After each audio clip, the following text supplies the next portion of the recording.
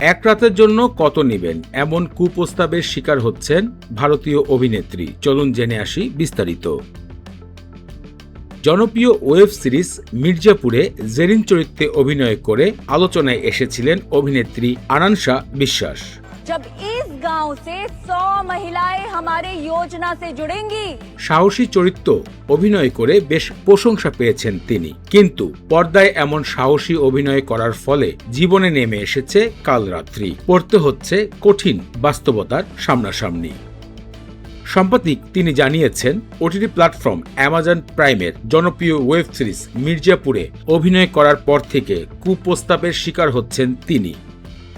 Social মিডিয়ার বিভিন্ন account থেকে তাকে এক রাতে কত নিবে, অল্প সময়ের জন্য কত নিবে এমন কুপ্রস্তাব নিয়মিত পেতে হচ্ছে। ইনস্টাগ্রাম এবং ফেসবুকে নিয়মিত অজানা আইডি থেকে তাকে এমন কুপ্রস্তাব দেওয়া হয়।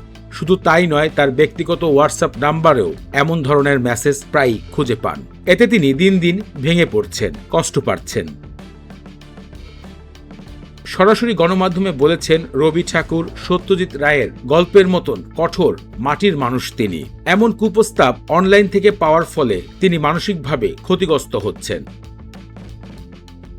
যেখানে মির্জাপুরে দুঃসাহসী এক অভিনেত্রী হিসাবে কাজ করেছেন, তার অভিনয় দক্ষতা সকলের কাছে মন অর্জন করেছে। সেখানে দর্শকরা তাকে মির্জাপুরের ওয়েব সিরিজে অভিনয় করা জেরিনের চরিত্রকে বাস্তব জীবনের সাথে মিলিয়ে ফেলছে। বিষয় নিয়ে বেশ হতাশা প্রকাশ করেছেন এই অভিনেত্রী।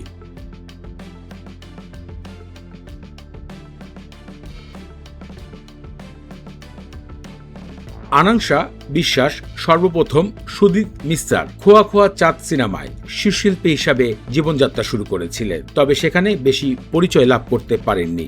পরবর্তী সময়ে অ্যামাজন প্রাইমের জনপ্রিয় ওয়েব সিরিজ মির্জাপুরে জেরিনের চরিত্রে অভিনয় করে রাতারাতি গণমাধ্যমের শীর্ষে আলোচনায় এসেছিলেন।